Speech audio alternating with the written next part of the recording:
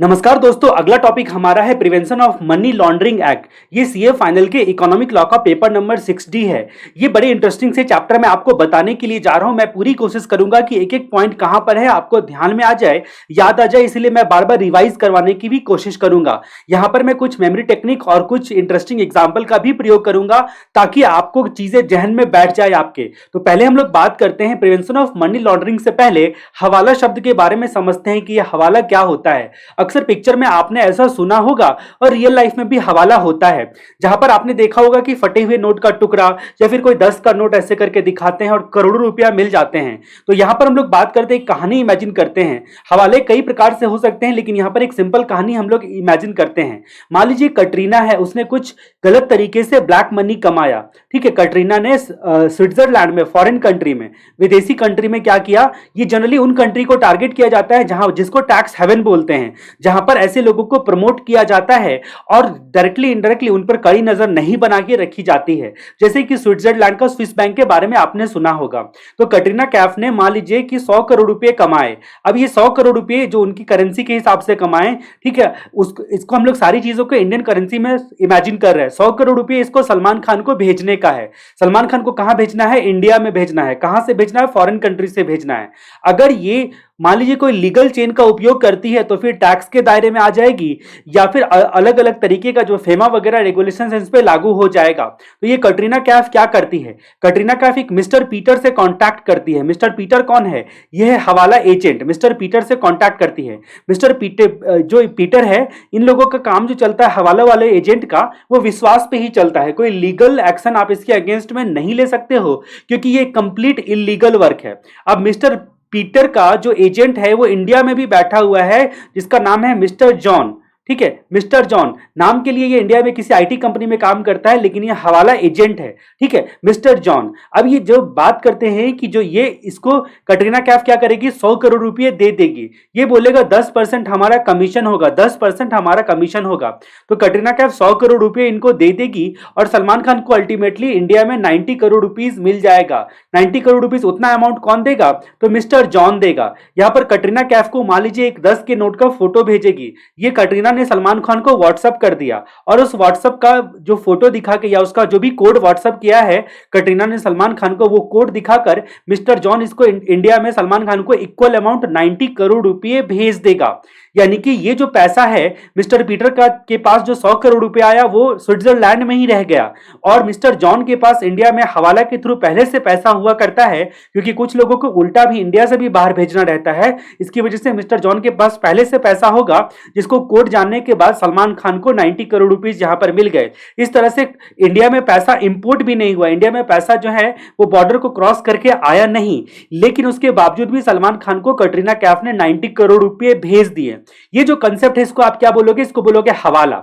अब इसी बात से समझते हैं हम लोग मनी लॉन्ड्रिंग। इसका एक कदम और आगे बढ़ता है। अब मान लीजिए कि ये मिस्टर पीटर है, इसको इंडिया में पैसा भेजना है। अभी मिस्टर पीटर के पास जो ब्लैक मनी करके आया, मान लीजिए 100 करोड़ यहां पर आया ब्लैक मनी, इस तरह से 100 करोड़ आते आते इनके पास हजारों करोड़ होगा, जिसको इनको इंडिया में भेजना है। अब पूरे पैसे को बॉर्डर क्रॉस करवा के भारत में भेजना है। तो भारत में ये कैसे भेजवाते हैं? इसमें सबसे कॉमन टेक्निक है जो नकली कंपनी बनाना, सेल कंपनी। मान लीजिए ये इंडिया है और इंडिया में अलग अलग जगह पर जो है ना सेल कंपनी बना ली गई, या फिर इस तरह का जो है ना बिजनेस क्रिएट कर दिया गया और इसने बोला कि मुझे फॉरेन इन्वेस्टर से पैसा लेना है।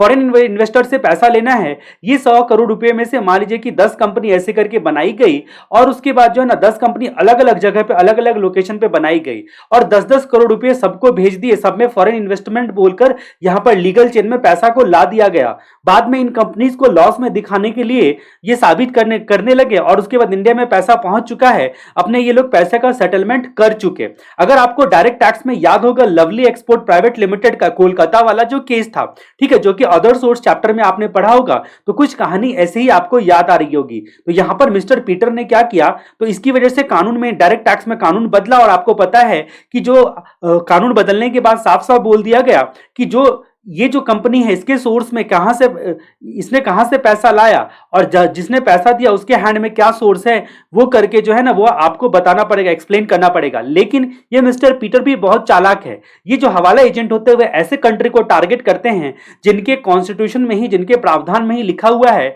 कि वो उनके जो उनके पास जो लोग रहते हैं वो उनके मेहमान की तरह, जैसे कि स्विस बैंक, वो कोई भी इंफॉर्मेशन शेयर करने के लिए लायबल नहीं है किसी भी कंट्री को। ठीक है, तो बहुत सारी चालाकी इसमें होती है। तो इस तरह से 10-10 करोड़ रुपए करके 10 कंपनी में इन्वेस्ट कर दिया गया और पूरा के पूरा 100 करोड़ जो है वो आपका मनी लॉन्ड्रिंग की तरह, यानी कि पैसे को धोते हुए ब्लैक मनी को व्हाइट मनी में कन्वर्ट कर दिया गया। तो ये और भी तरीके होते हैं मनी लॉन्ड्रिंग के, जिसके बारे में ये चैप्टर आपको विशेष तौर पे बताएगा। यानी कि इस चैप्टर में हम लोग बहुत सारी बातें यहां पर पढ़ेंगे। तो अभी तक आप लोगों ने देखा मनी लॉन्ड्रिंग किसको कहते हैं और उसके बाद हवाला किसको कहते हैं। अब उम्मीद करता हूं कि इस चैप्टर में आपको काफी इंटरेस्ट बनेगा और धीरे धीरे करके इसके कंसेप्ट को आगे करके आप जानोगे। अब हम लोग कहानी को आगे बढ़ाते हैं और हम बात करते हैं अपने स्टडी मेटल की तरफ कि यहां पर क्या क्या बातें दी गई है और जो एग्जाम्पल हम लोगों ने देखा इससे सारी बातों को हम लोग अब कनेक्ट करेंगे। अब स्टडी मेटल की कहानी को हम आगे बढ़ाते हैं और हम यहां पर बात करते हैं स्टडी मेटल में आपका इंट्रोडक्शन चैप्टर में, इंट्रोडक्शन टॉपिक में क्या दिया गया है। जब हम लोग इंट्रोडक्शन टॉपिक की बात करते हैं तो जाहिर सी बात है यहां पर मनी लॉन्ड्रिंग के बारे में बताया गया होगा, इलीगल तरीके से अर्न क्या हुआ। अगर अनपेड टैक्स का भी पेमेंट नहीं हुआ है तो आप उसको इलीगल अर्निंग ही बोलते हो, ठीक है, या फिर ब्लैक मनी बोलते हो, ठीक है, जिसको वॉश करना यानी कि लॉन्ड्रिंग करके व्हाइट मनी में कन्वर्ट करने का जो प्रोसेस होता है वो मनी लॉन्ड्रिंग कहलाता है। जी हाँ, मनी लॉन्ड्रिंग बोलो तो ब्लैक मनी को व्हाइट मनी में कन्वर्ट करने के प्रोसेस को मनी लॉन्ड्रिंग बोलते हैं। तो ये एक प्रकार का प्रोसेस है। मनी लॉन्ड्रिंग क्या है? एक प्रकार का प्रोसेस है। जब इसकी बात करते हैं तो उसके मल्टीपल मेथड होते हैं। एक मेथड की चर्चा हम लोगों ने कर ली और उसके बाद इसमें मल्टीपल मेथड होते हैं, कई प्रकार के इसमें मेथड होते हैं। मनी लॉन्ड्रिंग करने के लिए कोई एक तरीका नहीं होता है। यहां पर बात करते हैं जो ये आपका जो इलीगल इनकम होता है उससे हो सकता है कि आपने उसको फंड के रूप में नहीं रखा हो, पैसों के रूप में नहीं रखा हो, उसको एसेट्स के रूप में कन्वर्ट कर दिया गया हो। तो अगर इलीगल इनकम से या इलीगल तरीके से एसेट्स को भी एक्वायर करते हैं, उसको भी आप कन्वर्ट करते हैं एसेट्स में या फिर मनी में, तो उस सिचुएशन में यहां पर इसको मनी लॉन्ड्रिंग ही कहा जाएगा। अब मनी लॉन्ड्रिंग की वजह से ही मनी लॉन्ड्रिंग जो है ना उसका लॉ लाना पड़ा, जिसमें कई प्रकार के कोशिश की गई ताकि ये जो प्रोसेस है मनी लॉन्ड्रिंग का उसको रोका जा सके, पेनाल्टी लगाई जा सके और कॉन्फिस्केशन का प्रावधान हो। ये सारी बातें ये जो है ना लॉ यहां पर इसके वजह से आया। तो इतनी दूर तक जो बातें लिखी हुई है उसकी मैंने आपको क्रक्स बताई। अब यहां पर बात करते हैं मल्टीपल चेन, यानी कि मल्टीपल मेथड होते हैं जिसमें आपका मनी लॉन्ड्रिंग किया जा सकता है। जैसे कि मान लीजिए कि कोई तरीका है कैश का स्मगलिंग कराना, यानी कि कैश को ही मूव कर देते हैं। ये जनरली आजू बाजू की कंट्री से हो सकता है, जैसे नेपाल के थ्रू आप जो है ना वो कुछ कैश को तो कम से कम टुकड़ों टुकड़ों में करके आप वहां के लोगों को भी दे दोगे, बॉर्डर के उस पार जो इंडिया की तरफ आ रहे हैं तो वो अपने पॉकेट में धर के लेते आएंगे। ठीक है, यानी कि आपने यहां पर क्या देखा कि कैश को ही मूव कराना, वन लोकेशन से दूसरे लोकेशन पर कैश को ही मूव कराना, या फिर कैश को स्विस बैंक में जमा करवा देना, स्विस बैंक में जमा करवा देना। ठीक है, इसके बाद यहां पर जो है ना ये तो आपने मल्टीपल मेथड में कैश स्मगलिंग, स्विस बैंक में पैसा जमा करवाना ये देखा। उसके बाद जहां तक बात करते हैं कि मनी ऑर्डर किया जाता था, पहले जमाने में आपने सुना होगा मनी ऑर्डर, तो वो छोटे छोटे टुकड़ों में मनी ऑर्डर करते हैं अलग अलग अकाउंट में अलग अलग नाम से। तो ये भी एक तरीका होता है कि फॉर्मल रिसिट से मनी को एक जगह से दूसरे जगह भेज देना। दूसरा बोलते हैं कि land building, real estate sector में किस तरह से जो है ना मनी लॉन्ड्रिंग किया जाता है, तो ये बड़ी इंपॉर्टेंट बात है। ये आमतौर पे अभी भी होता है लैंड बिल्डिंग में। जैसे बिल्डर का फ्लैट मान लीजिए बिल्डर ने आपको फ्लैट बोला जो आपका 1 करोड़ का फ्लैट है, तो आपने उसको क्या बोला कि एक काम कर, एग्रीमेंट वैल्यू कितनी है, स्टाम्प वैल्यू कितनी है, तो उसने बोला 60 लाख रुपए स्टाम्प वैल्यू है। तो उसके बाद आपने बोला कि मैं तुमको 40 क्या 45 लाख रुपए दूंगा, 5 लाख एक्स्ट्रा दूंगा, लेकिन ये कैश में दूंगा। ये बोलकर बिल्डर को आपने कैश में दे दिया। ठीक है, तो यहां पर ये बोलकर बिल्डर को कैश में दे दिया। अब बिल्डर के पास इस तरह से ब्लैक मनी आ जाता है, ये जो कैश का पैसा है वो आ जाता है। अब यहां पर बात करते हैं कि धीरे धीरे करके क्या करेंगे, यहां पर आपका क्या बोलते एक तो ये तरीका हो गया कि यहां पर कैश आ गया, उसका ब्लैक मनी का अर्निंग का तरीका हो गया, ये प्रैक्टिकली होता है। अब दूसरी बात जब हम लोग बात करते हैं कि सबसे पहले लैंड एंड बिल्डिंग में आप क्या बोलते हो कि एक काम कर, पेपर पे जो ना बहुत सस्ते रेट में इसको दिखा, या किसी भी तरह से एग्री कर लेते हो, यानी कि 10 लाख में ही आप मान लेते हो कि पेपर पे आपने परचेस कर लिया किसी प्रॉपर्टी को और किसी ने कैपिटल गेन लॉस सहते हुए आपको सेल कर दिया इमरजेंसी बताकर। अब यहां पर बात करते हैं कि बात अलग है कि डायरेक्ट टैक्स में स्टाम्प वैल्यू और जो आपका यहां पर ये जो वैल्यू है, जो एक्चुअल कंसिडरेशन है, जो भी दोनों में हायर होगा उसके हिसाब से ड्यूटी टैक्स लगता है, वो बात अलग है। लेकिन फिलहाल 10 लाख रुपए में मान लीजिए आपने प्रॉपर्टी को खरीदा है और बाद में आप इसको 10 लाख के बदले में आप इसको सेल कर देते हो प्रॉफिट पर दिखाकर 1.5 सीआर में बेच देते हो, तो टोटल 1 करोड़ 40 लाख का यहां पर आप प्रॉफिट दिखा देते हो। और ये पूरा का पूरा 1 करोड़ 40 लाख के जो प्रॉफिट दिखाते हो आप, उस पर आप टैक्स दे देते हो, यानी कि ये व्हाइट मनी में कन्वर्ट हो जाता है। फिर आपने हर्षद मेहता वगैरह की पिक्चर देखी होगी, स्टॉक मार्केट में स्कैम कैसे कैसे करके होता है। उसके बाद यहां पर बात करते हैं कि बोगस कंपनी और फॉल्स इनकम बुकिंग कर लेना। ठीक है, लवली एक्सपोर्ट प्राइवेट लिमिटेड में डायरेक्ट टैक्स में आपने यही केस देखा होगा, जहां पर क्या करते हैं 2.5 लाख से नीचे, जो भी 2.5 लाख से नीचे कई लोगों का ए बी सी डी और 50 लोगों का करीब करीब जो है ना, 50 लोगों का करीब करीब क्या करते हैं 2.5 लाख से नीचे उनके अकाउंट में जमा करते हैं और उनको बोलते हैं कि हमारी कंपनी में तुम शेयर खरीदो। ठीक है, तो इस तरह से ये पैसा जो है ना इनके रिकॉर्ड में, इनके हैंड में भी 2.5 लाख से नीचे आ गया, यानी कि टैक्स के लिमिट से, आईटीआर फाइल करने के लिमिट से नीचे पे आ गया और कंपनी को पैसा भी मिल गया लवली एक्सपोर्ट प्राइवेट लिमिटेड के केस में। ठीक है, यहां पर इस तरीके से फ्रॉड किया गया था। फिर हवाला, जिसके बारे में हम लोगों ने देखा कि विदेश से कैसे पैसे भेजे जाते हैं। ड्रग ट्रैफिकिंग, यहां पर ड्रग ट्रैफिकिंग, ब्राइब और करप्शन और किडनैप और एक्सटॉर्शन, ये सारे तरीके जो मल्टीपल मेथड होते हैं, जिसको आप बोल सकते हो किस चीज का मल्टीपल मेथड, तो इसको आप साफ शब्दों में बोल सकते हो कि ये आपका जो मनी लॉन्ड्रिंग है उसका मल्टीपल मेथड कहलाएगा। फिर बोलते हैं कि अगर ये अनचेक रह गया तो इससे आपके पता है अर्थव्यवस्था डिस्ट्रॉय हो सकती है, इकोनॉमी डिस्ट्रॉय हो सकती है। क्योंकि आप डिमांड सप्लाई में आपने पढ़ा है कि अगर मान लीजिए गैस का सप्लाई बढ़ गया तो इंटरनेशनल मार्केट में अपने रुपीस की जो वैल्यू है वो डिप्रिसिएट कर जाएगी, वैल्यू गिर जाएगी। अगर गैस का सप्लाई कम हो गया, गैस का सप्लाई जो है वो कम हो गया, तो उस सिचुएशन में यहां पर क्या होगा कि आपका इन्फ्लेशन बढ़ जाएगा, इन्फ्लेशन करके बढ़ जाएगा, लोगों के पास पैसे नहीं रहेंगे। फिर ये क्रिमिनल एक्टिविटी और आतंकवाद को प्रमोट किया जाता है। तो यहां पर बोला एक्सचेंज रेट काफी वॉलेटाइल होता है, जिसकी वजह से आपका इकोनॉमी को डिस्ट्रॉय कर सकता है, क्योंकि अगर गैस का डिमांड बढ़ा घटा उससे फर्क पड़ जाएगा, उसके बाद इंटरेस्ट रेट पे भी फर्क पड़ जाएगा और इन्फ्लेशन हो जाएगा कंट्री में, क्रिमिनल एक्टिविटीज वगैरह सब बढ़ जाएगी, आतंकवाद पनपने लगेगा, क्योंकि आतंकवादियों को भी इस तरीके से पैसे भेजे जाते हैं। एक्चुअली में सरकार तभी अलर्ट हुई जब बहुत ज्यादा आतंकवादी हमला वगैरह सब होने लगा कि उनको फंडिंग कहां से आता है और कैसे फंडिंग आता है, उसके बारे में जो है ना वो जब कहानी आगे बढ़ती है तब जाके पता चलता है। अब यहां पर बात करते हैं कि आपका यहां पर ग्लोबल मार्केट में भी कंट्री का अगर अपना इमेज खराब हो गया तो इंटरनेशनल मार्केट में भी समस्या हो जाएगी, ये सारी चीजें होती है। तो यानी कि अगर मान लीजिए कैश का ड्रेनिंग ज्यादा होता है, अगर मनी लॉन्ड्रिंग ज्यादा होता है, तो ग्लोबल मार्केट में जो भी आपका कंट्री का फाइनेंशियल हेल्थ है वो खराब हो जाएगा। ठीक है, मनी लॉन्ड्रिंग और उसके रिलेटेड एक्टिविटीज पर रोक लगाने के लिए, केवल मनी लॉन्ड्रिंग नहीं बल्कि उससे जो कनेक्टेड एक्टिविटी है, इंसिडेंटल या एंसिलरी एक्टिविटीज है, उन पर भी रोक लगाने के लिए और जो भी लोग शामिल होते हैं उनको पनिशमेंट देने के लिए और जो भी एसेट्स वगैरह इन्वॉल्व है उसका कॉन्फिस्केशन करने के लिए 1998 में मनी लॉन्ड्रिंग बिल इंट्रोड्यूस किया गया, 1998 में बिल इंट्रोड्यूस किया। ये कहानी देखो किस तरह से बढ़ती है। फिर 1998 के बाद सीधे बात आती है 2002 की। 17 जनवरी 2003 को यहां पर प्रेसिडेंट का सहमति मिला, लोकसभा राज्यसभा से पारित होने के बाद प्रेसिडेंट का सहमति 2002 में मिला। यह बोलकर 1 जुलाई 2005 से इस लॉ को इफेक्टिव कर दिया गया। तो 1 जुलाई 2005 से ये लॉ इफेक्टिव हुआ, 1 जुलाई 2005 से ये लॉ इफेक्टिव हुआ। ठीक है, ये बातें आपको ध्यान में रखनी है कि 1 जुलाई 2005 से इफेक्टिव डेट हुआ इस लॉ का। अब यहां पर अंडरस्टैंडिंग ऑफ मनी लॉन्ड्रिंग के अंडरस्टैंडिंग में कैसे हवाला काम करता है और इसका एग्जाम्पल क्या है, वो कटरीना और सलमान खान का जो एग्जाम्पल हमने शुरू में देखा था उससे ही क्लियर हो जाता है कि कैसे मनी लॉन्ड्रिंग एक्ट करता है और कैसे उसकी कहानी आगे बढ़ती है। अब हम लोग बात करते हैं कि प्रिलिमिनरी यानी कि इस चैप्टर 1 को, ठीक है, यानी कि यहां पर बात करते हैं कि इनैक्टमेंट ऑफ दिस एक्ट, ये एक्ट कब एप्लीकेबल होता है, तो 1 जुलाई 2005 से ये कानून जो है वो एप्लीकेबल होता है, पूरे भारत में जो है ना लागू किया गया 1 जुलाई 2005 से, ऐसा करके यहां पर आपने देखा।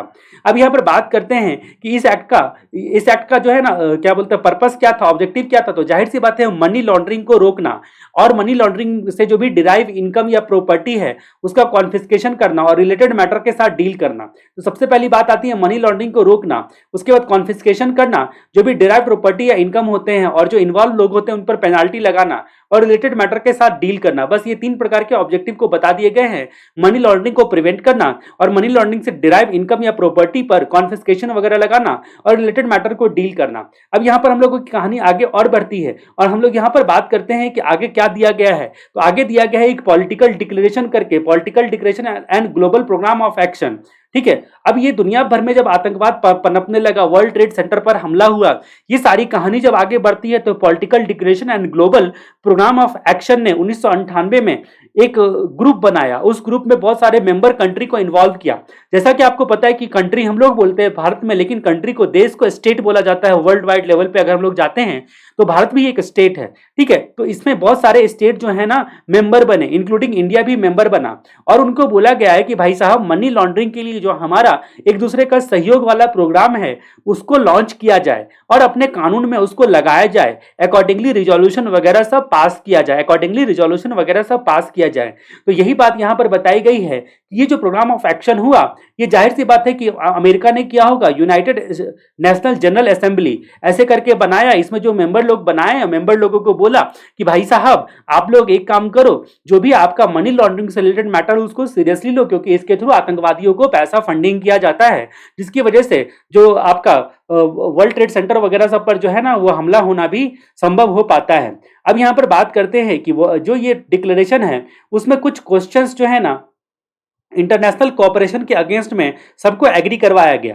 ठीक है, कुछ क्वेश्चंस, जिसमें कुछ क्वेश्चंस में बोला गया कि illicit production, supply, demand trafficking, distribution of narcotic drugs और साइकोथेरेपिक सब्सटेंस। ठीक है, जिस तरह से आतंकवादी लोगों को मेंटली तैयार किया जाता है, उसकी वजह से भी आपने देखा होगा कि पाकिस्तान को जनरली ब्लैकलिस्ट में जो है ना डाला गया, इसकी वजह से ही। ठीक है, कि यहाँ पर जो है ना वो इस तरह की क्रिमिनल एक्टिविटीज जो है ना उसके बारे में अंदाजा लगा। ठीक है, अब यहाँ पर बात करते हैं कि overview of prevention of money laundering act. सबसे पहले आपका चैप्टर नंबर 1 प्रिलिमिनरी आएगा, जो अभी अभी हम लोगों ने देखा। उसके बाद मनी लॉन्ड्रिंग के जो ऑफेंस के बारे में यहाँ पर अगला चैप्टर बताता है। उसके बाद कॉन्फिस्केशन वगैरह के बारे में बताया गया है। यहाँ पर companies, banking companies, financial institution, intermediary के बारे में बताया गया है। उसके बाद समन, सर्च एंड सीजर के बारे में, ट्राइब्यूनल के बारे में, स्पेशल कोर्ट का जो आपका ऑथराइजेशन होगा उसके बारे में, और वगैरह वगैरह ये करके मिसलेनियस करके ये चैप्टर खत्म कर दिया जाएगा। यहाँ पर अभी हम लोग फिलहाल बात करते हैं कि रूल्स के बारे में।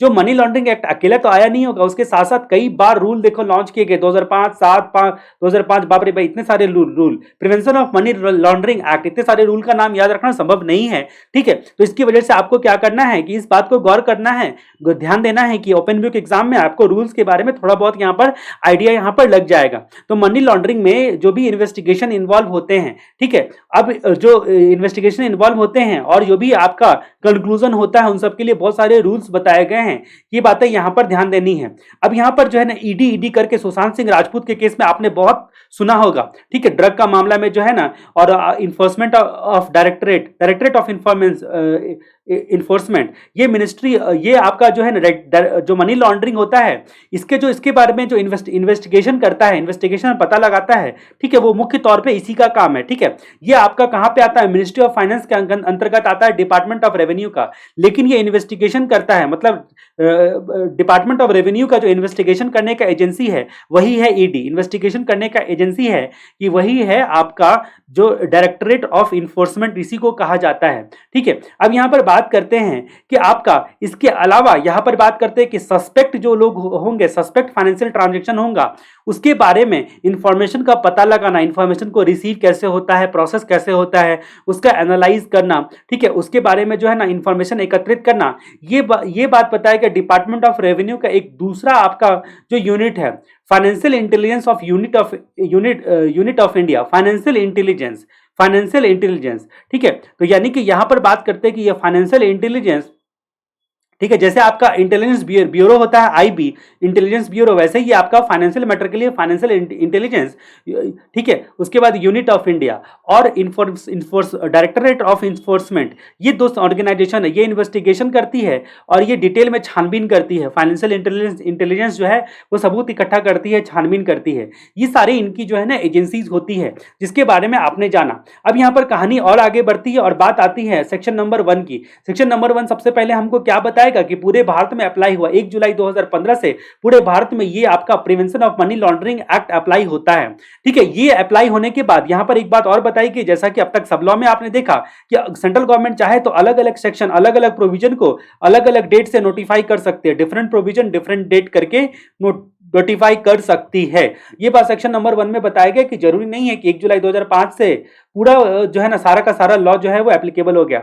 उसके बाद सेक्शन नंबर 2 एक डेफिनेशन के तौर पे आता है कि डेफिनेशन यहां पर बताया गया है, जिसमें मुख्य डेफिनेशन जो है ना आपका आता है मनी लॉन्ड्रिंग का। अब यहां पर बात करते हैं कि मनी लॉन्ड्रिंग के लिए आपको 2-3 कंसेप्ट समझने पड़ते हैं, ऐसा करके साफ साफ करके बोला गया है। मनी लॉन्ड्रिंग के लिए 2-3 कंसेप्ट आपको समझना जरूरी होता है। सबसे पहले जो है ना आपका ये जो मनी लॉन्ड्रिंग टर्म है, इसमें आपका एक इंपॉर्टेंट पॉइंट है प्रोसीड ऑफ क्राइम। ठीक है, प्रोसीड ऑफ क्राइम। उसके बाद प्रॉपर्टी, प्रोसीड ऑफ क्राइम से जो प्रॉपर्टी खरीदा, जाहिर सी बात है वही प्रॉपर्टी यहां पर होगी। तो यानी कि यहां पर जो है आपका जो मनी लॉन्ड्रिंग के बारे में बताया गया है कि जो भी डायरेक्टली या इनडायरेक्टली वो यहां पर ऑफेंस के लिए गिल्टी होगा। जो भी डायरेक्टली इनडायरेक्टली जो अटेम्प्ट करता है या इंडल्ज होता है यानी कि इन्वॉल्व होता है या फिर जानबूझकर असिस्ट करता है, जानते हुए असिस्ट करता है या जानते हुए पार्टी बनता है या फिर प्रोसेस या एक्टिविटी में मनी लॉन्ड्रिंग के जो एक्चुअली इन्वॉल्व है, ठीक है, वो सब आपका गिल्टी हो जाएगा ऑफेंस के लिए गिल्टी हो जाएगा मनी लॉन्ड्रिंग एक्ट के तहत।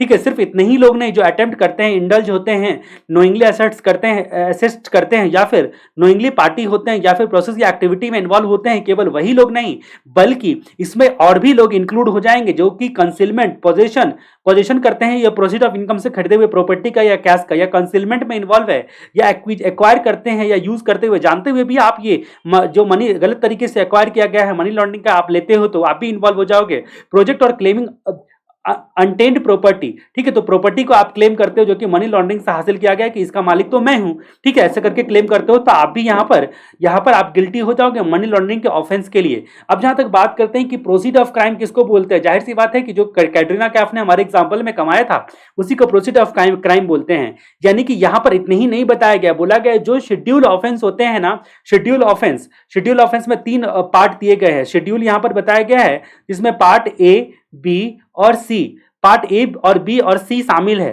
ठीक है, इसको बोलते हैं शेड्यूल ऑफेंस और उसका जो भी रिलेटेड एक्टिविटी होता है उससे जो अर्न किया जाता है, जो भी ऑब्टेन या डिराइव किया जाता है, ठीक है, उसको हम लोग क्या बोलते हैं, डिराइव या ऑब्टेन जो भी प्रोसीड होता है उसको प्रोसीड ऑफ क्राइम बोलते हैं।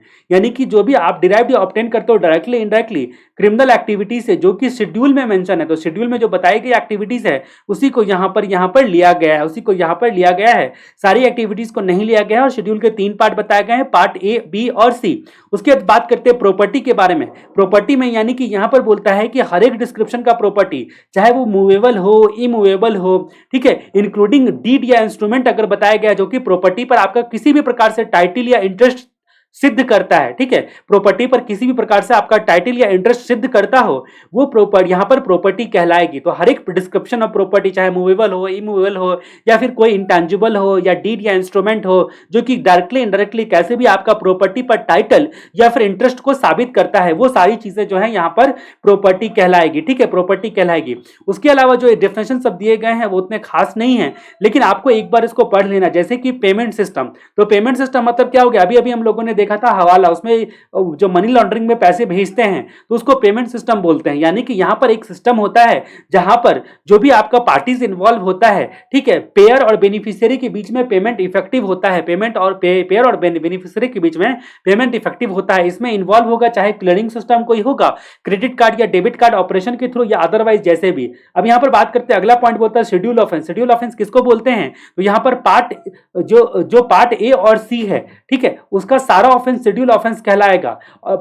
मतलब बिना किसी कंडीशन के पार्ट ए और सी, यानी कि ये सीवियर है। लेकिन पार्ट बी वाले में अगर 1 करोड़ से रुपया ज्यादा, 1 करोड़ या उससे ज्यादा इन्वॉल्व होगा, ठीक है, जो आपका क्राइम का अमाउंट है, तभी पार्ट बी वाला ऑफेंस शेड्यूल ऑफेंस कहलाएगा। तो शेड्यूल ऑफेंस में 2 बातें, ए और सी पार्ट जो है ना शेड्यूल में लिखा हुआ, शेड्यूल ऑफेंस में एक ए और सी पार्ट लिखा हुआ है, उसमें बिना किसी लिमिट के बोल दिया गया है कि ये आपका जो क्रिमिनल एक्टिविटीज है और इससे जो प्रोसीड ऑफ क्राइम अराइज होगा वो मनी लॉन्ड्रिंग एक्ट के तहत ऑफेंस के लिए लायबल हो जाएगा। उसके बाद पार्ट बी बोला गया है कि अगर पार्ट बी वाला ऑफेंस तभी ऑफेंस कहलाएगा जब 1 करोड़ से ज्यादा 1 करोड़ या उससे ज्यादा अमाउंट उसमें इन्वॉल्व होगा। फिर यहां पर ट्रांसफर की बात करते हैं, purchase, mortgage, pledge, gift, loan या फिर अदर फॉर्म ऑफ ट्रांसफर, यहां पर सारी चीजें यहां पर आ जाएगी। तो ये कुछ प्रकार के मुख्य डेफिनेशन थे। बाकी के डेफिनेशन को आप एक बार याद कर सकते हो, मतलब एक बार देख सकते हो, जैसे कि authorise person, banking company, bench, beneficial owner, chairperson, chit fund company वगैरह वगैरह, ये सब चीजें जो है यहां पर आ जाती है। और जो जैसा कि आपको पता है कि एक और टर्म आपको यहां पर जाना जरूरी है, एक टर्म है क्रॉस बॉर्डर करके, ठीक है, एक टर्म है offence of cross border implications, ठीक है। अब ये जो क्रॉस बॉर्डर इंप्लीकेशंस, इसमें आप देखो ये बड़ी इंटरेस्टिंग बात है। आपने देखा कि पार्ट ए एंड सी का क्राइम बिना किसी लिमिट के और पार्ट बी का क्राइम 1 करोड़ या उससे ज्यादा का होता है तब।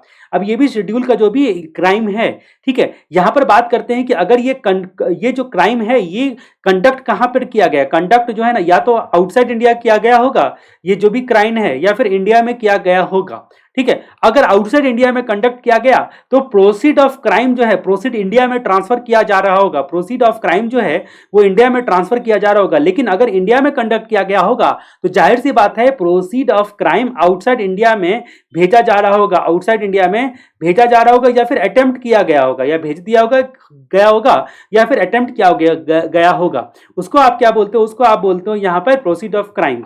अब यहां पर बात करते हैं कि अगला डिफिनेशन पर्सन का, जैसे कि हर लॉ में दिया रहता है individual, HUF, company, firm, AOP, बीवाई, आर्टिफिशियल जुडिशियल पर्सन और कोई भी एजेंसी, ऑफिस या ब्रांचेस जो कि कंट्रोल बाय अबव पर्सन, इन लोगों के द्वारा कंट्रोल किया जाता है, वो पर्सन कहलाता है, ठीक है। यहां तक डिफिनेशन के बारे में हम लोगों ने चर्चा की। अब हमारी जो मुख्य मुद्दे की कहानी स्टार्ट होती है वो सेक्शन नंबर 3 से स्टार्ट होती है, जिसके बारे में आगे हम लोग अगले वीडियो से चर्चा करेंगे। अगले वीडियो तक के लिए जयराम जी की।